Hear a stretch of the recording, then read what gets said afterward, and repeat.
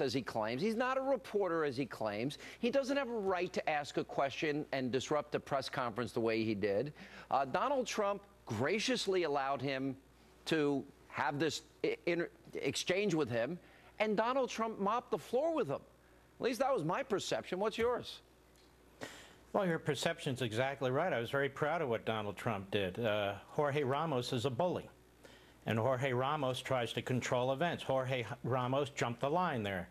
It wasn't his turn to ask questions, and he would have been able to ask questions. But look, Ramos is a fanatic. He's obnoxious. He's a pretend journalist. He's running around today saying that he's defending the First Amendment. Really? Since when are hecklers defending the First Amendment? He's got an agenda, and he advances it. You know, Sean, I did a little checking. About 3 years ago, he was named one of the 100 biggest leaders or movers by Time magazine, and he wrote about himself, and he said, among other things, "But I've never ceased to be Mexican. I have 2 passports, and I vote in elections in both countries. I'm deeply proud of this privileged duality. The best thing about America is its embrace of diversity." No, the best thing about America is America, Mr. Ramos. Now, America's immigration system isn't the problem. Mexico's immigration system is the problem.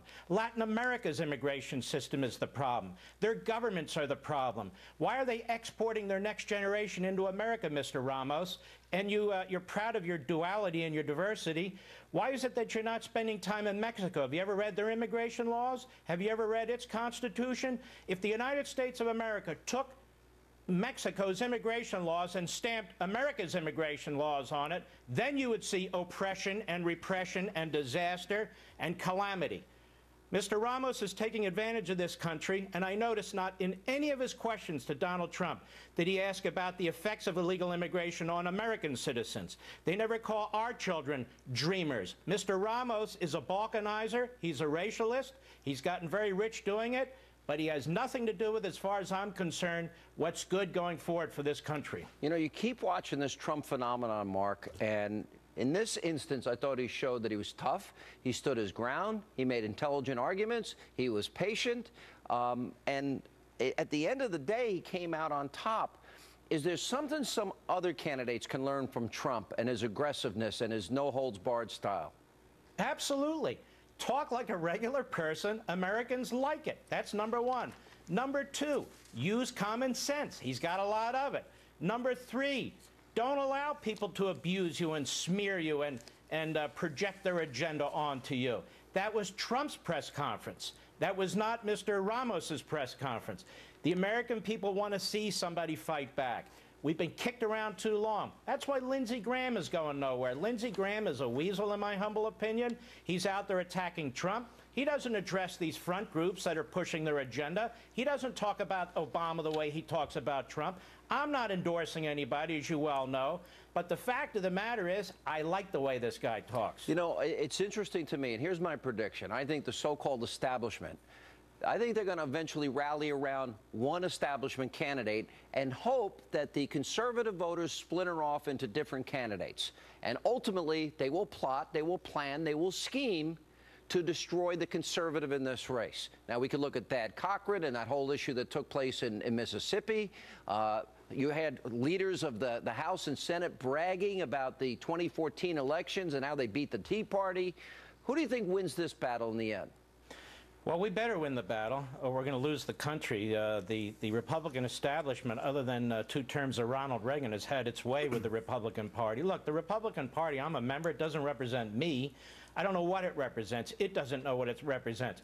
Look, a few years ago, we had another guy stand up who was courageous, who was fresh. Ted Cruz in the United States Senate 2 years ago. He said, okay, we campaigned to defund Obamacare, then let's do it. And what happened? He was slammed, he was smeared by the Republican establishment, by so-called leaders in Congress, by their surrogates in the media.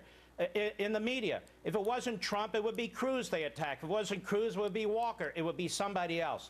We know who they want. And the guy that they want is not the guy that's going to be the person who I think can get elected president of the United States. He doesn't even act like Jeb, like he wants to be president. He seems to go through the motions. He talks into his chest. I don't know where the guy is going. So you got Trump, you got Cruz, you got Walker, you have Ben Carson. 4 insurgent candidates that are doing pretty well by every objective standard if you put their numbers together. So what is the strategy that'll be employed by the big money, for example, that part of the Republican Party that doesn't want to build the wall because they want cheap labor? So what is their strategy to defeat the insurgency? By the way, you know, it's amazing to me. Barack Obama goes on, he comes into the presidency, he talks about, these jobs he's going to create and infrastructure, and they blow $800 billion. We have nothing to show for it.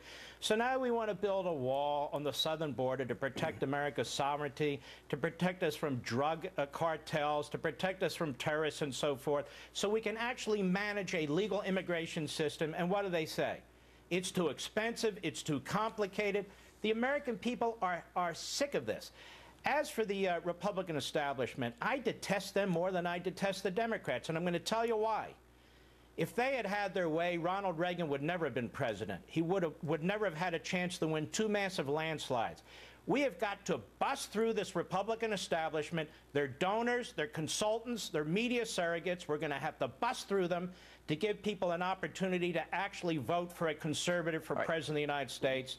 And if you're under 45, I've said this many times, you've never had the chance. It's inspiring. It's invigorating. It's exciting. For the we first need time. to have the difference between a conservative, a principled, articulate conservative, and one of the left-wing kooks who's running in the Democrat Party. Let me go back to the immigration debate, and this came up between Jorge Ramos and Trump last night, and that is the 14th Amendment. We had you on last week. You talked about the author of the 14th Amendment.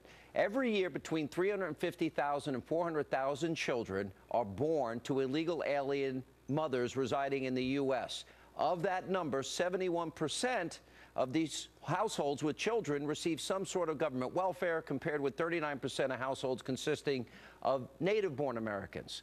So my question to you is, all these people that are on television saying that the 14th Amendment, that you can't do anything. If you're born in America, even though your mother's not a citizen, the 14th Amendment guarantees citizenship. Your answer is? Show me one participant in writing the 14th Amendment who took that position. In fact, the primary author took the opposite position. No foreigners and no aliens. That's number one. Number two, show me one delegate to any state convention ratifying the 14th Amendment that said that. They can't find one. Article 1, Section 8. Liberals pouring through Supreme Court cases. What's that? And don't forget Article 1, Section 8. Congress has the authority to make laws regarding immigration. Well, not only that, I think now Barack Obama has shown the next conservative president the way. They can get up and say, you know what, I found Barack Obama's pen in my desk and his phone, and since the Supreme Court, Anthony Kennedy, 5-4, has ruled that the president has this broad discretionary power when it comes to immigration, and Barack Obama exercised it, and he had editorial page after editorial page, and Jorge Ramos praising him. Okay, I've got a pen, and I've got a phone, and now I've decided under the 14th Amendment we're going to read it the way it reads, and we're going to say no birthright citizenship for illegal aliens. All right. Thank you. Thank you. Congratulations. Number one, Plunder and Deceit on the New York Times bestseller list. Thank you, Mark. And coming up next tonight, right here on Hannity.